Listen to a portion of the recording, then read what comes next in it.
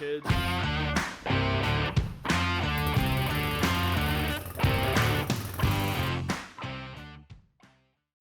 Welcome back to the channel. Today I'm going to start working on my 2012 Chevy Cruze. And if you watched my other videos on the diagnostics I did, it has blow-by. So it's going to need rebuilt or replaced. I'm going to start by pulling the head off of it and see what the cylinder walls look like. I'm not sure how much it costs to get those honed out or anything like that. So if it's too much, I might just get a replacement engine, which is going to set me back quite a bit. Cheapest I found was like $1,700, I think, before shipping. So that's going to suck. I bought this car to flip it. I'm going to fix it and then sell it. It's a real nice car. Unfortunately, it is an automatic. If it was a manual, I'd probably just keep it. Not that I need any more vehicles, but. So I'm gonna go ahead and probably gonna take the hood off, so it's not in the way. It's gonna be apart for a little while. We gotta see what's up with it, then order parts, order an engine, whichever route I go.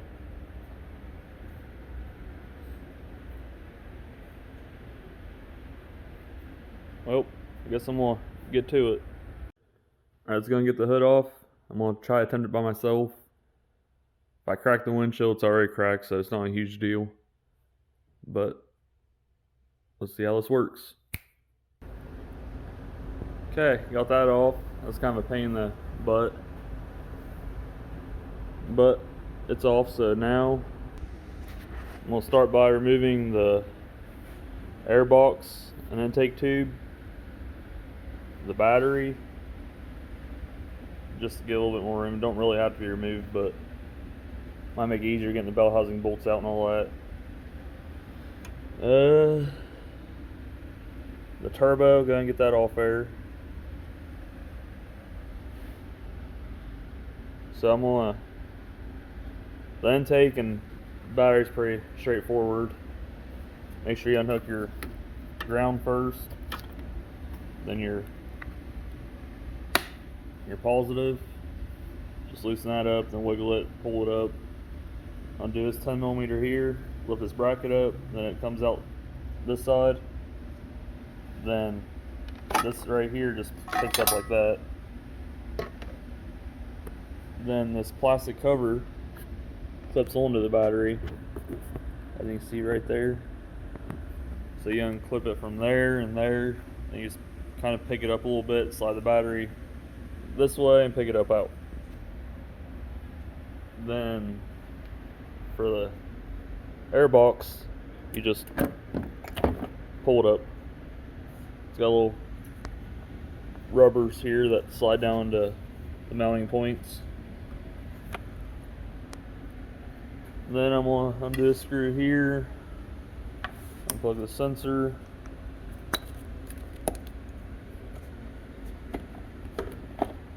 Okay, so I'm going to go ahead and do that, then I'll be back. Alright, so the next thing we're going to do is remove the manifold shield here. It is a E10. It looks like that. It's basically a Torx bit, except inside out.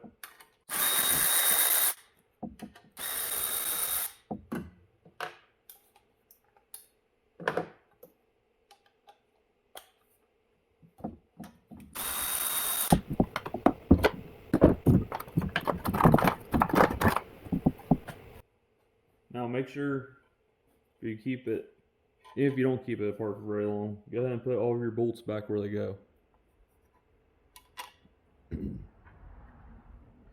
So since I have to order parts and all that, I don't want to have bolts laying around that I don't know where they go. So I'm going to kind of put them where they go. Alright, so Next, you have to remove the clamp on the manifold, well, the turbo going to the cat. It looks like this. When I was diagnosing it, I broke the clamp right there. But this just goes down there like that. Something like that. So we're gonna take that off.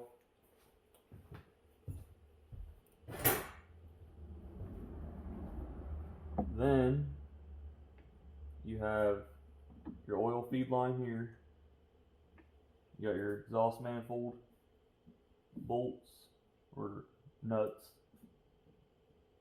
Then you have your turbo pipe down here, the tube. You gotta take it off. It's just a flat screwdriver, hose clamp. You got a couple vacuum lines. Your O2 sensor needs unplugged. No, it don't. That's part of the cat. And then underneath you have, I think, a coolant line.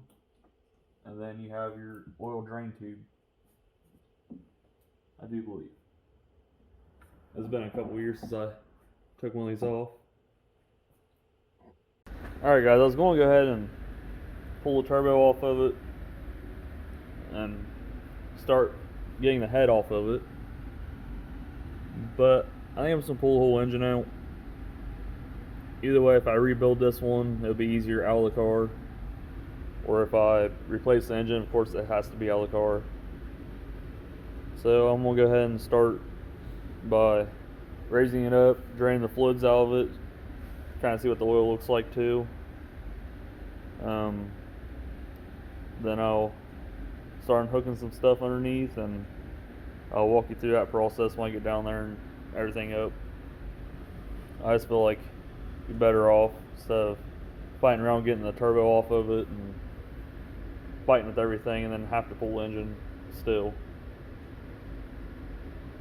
Work smarter, not harder, so we're gonna go this route. Alright guys, so I got the oil drained. Then on the cat, there's a bracket on the bottom of the engine right in front of the oil pan. I loosened that up and slid it out. I took this lower shield off underneath the radiator because I figured there'd be a drain on the radiator.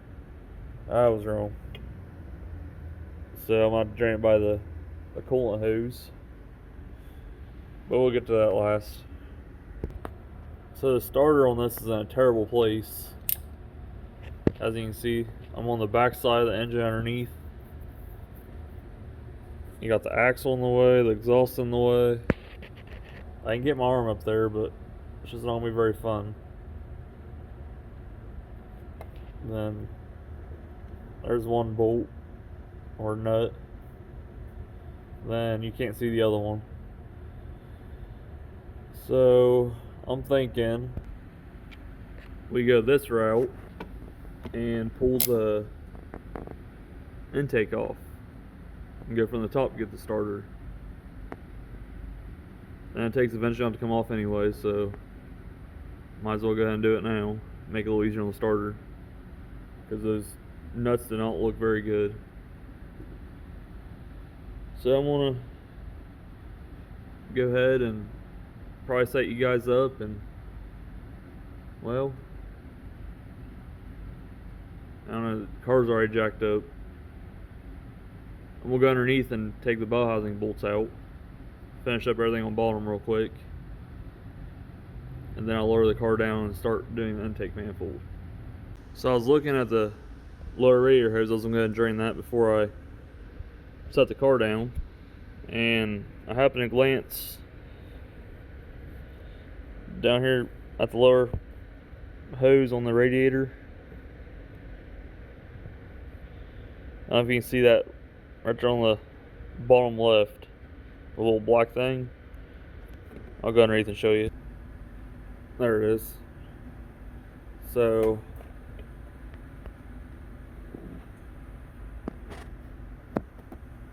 this right here is the drain for the radiator.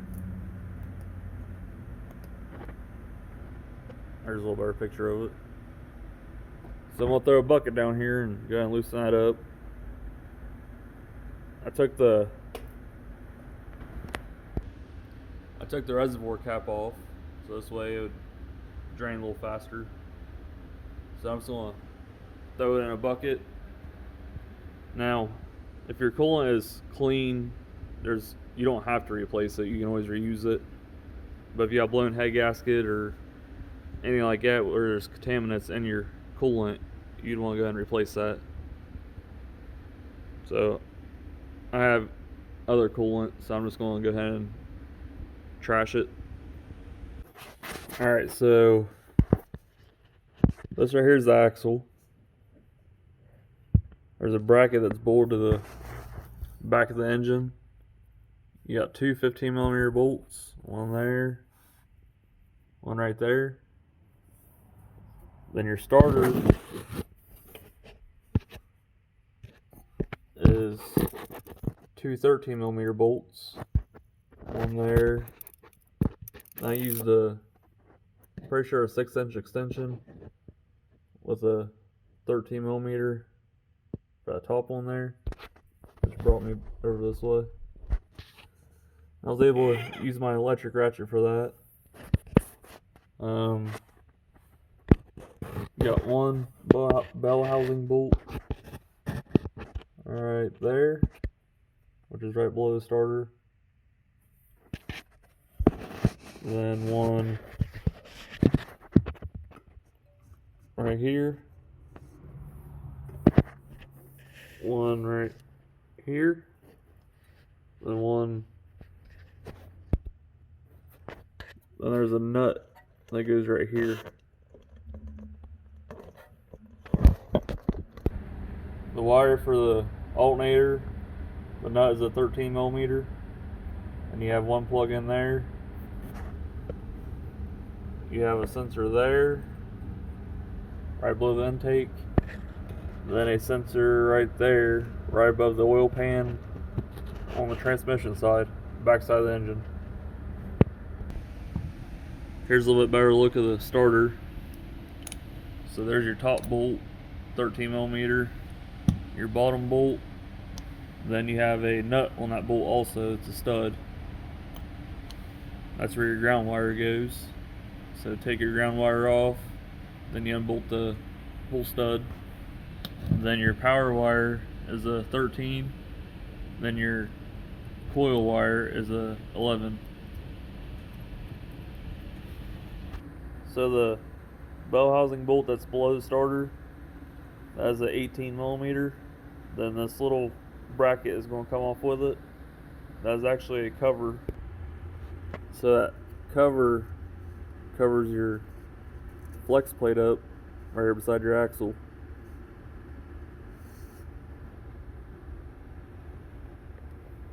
Then that bolt is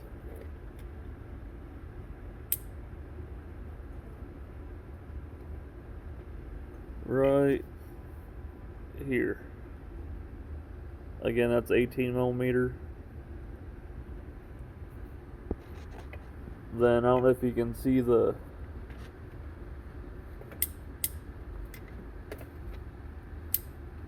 a thread sticking out right here.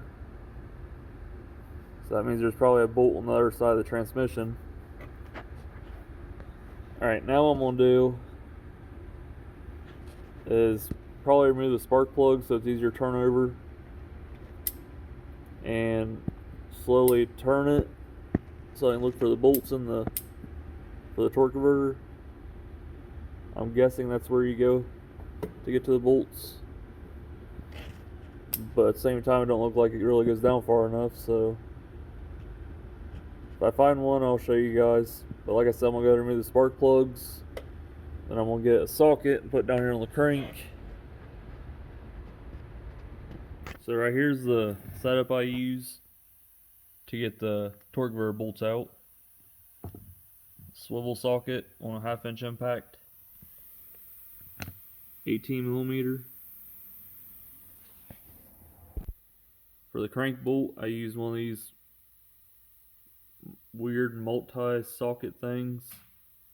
It's actually one of the E sockets, but the biggest I have is the E15, and it's bigger than that. But this one is a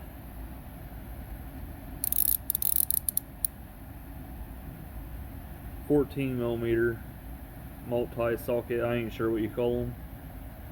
It's a Craftsman set. So I turn the crank, and as you can see, that hole right there, that's where one of the bolts were. There's actually only 3 of them. Thought that was kind of weird, but whatever works, I guess. And then the bolts,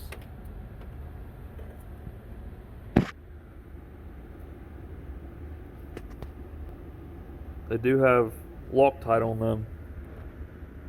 It's like a whitish, so it's not a permanent Loctite, just enough to hold it in. Okay, it actually looks green. Anyways, keep that in mind when you're trying to get them out. If you're using hand tools, I would recommend, if you have it, use an impact gun. It made it pretty easy.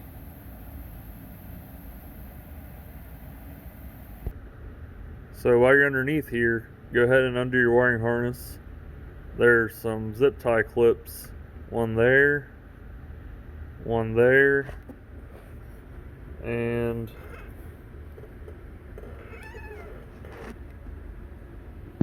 one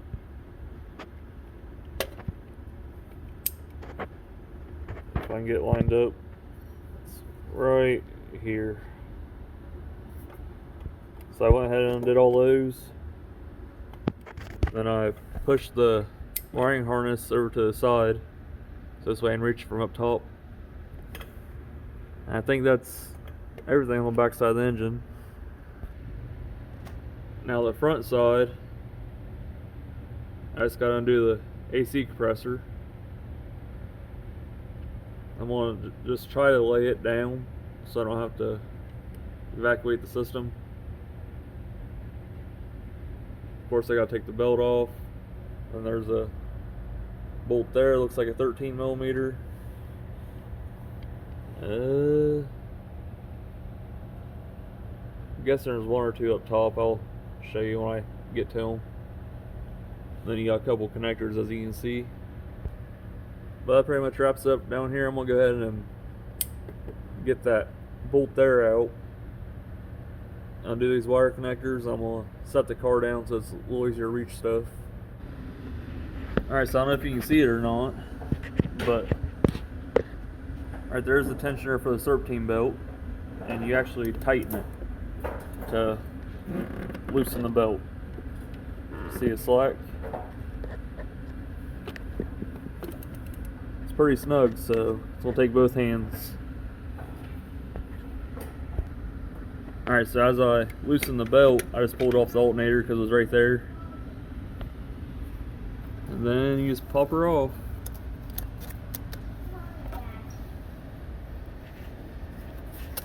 It actually looks like you cannot get the belt all the way off without the engine mount off. It's kind of weird. But the AC is undone now, so there's a bolt here.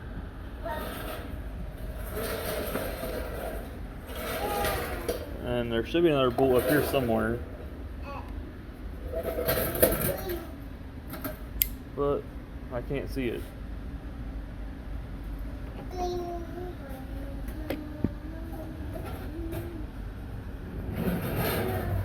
I got my little sidekick out here being noisy.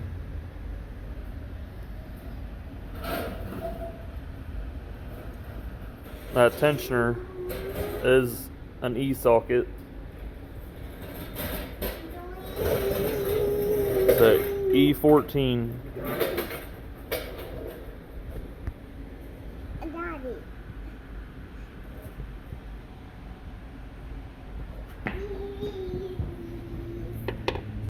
So the last AC bolt is, I'll pull it out a little bit so you can see it. See it sticking out right here? It's got a hole where it sits in there flush. You can't really tell it's a bolt. So that's the third one, and that's the last one.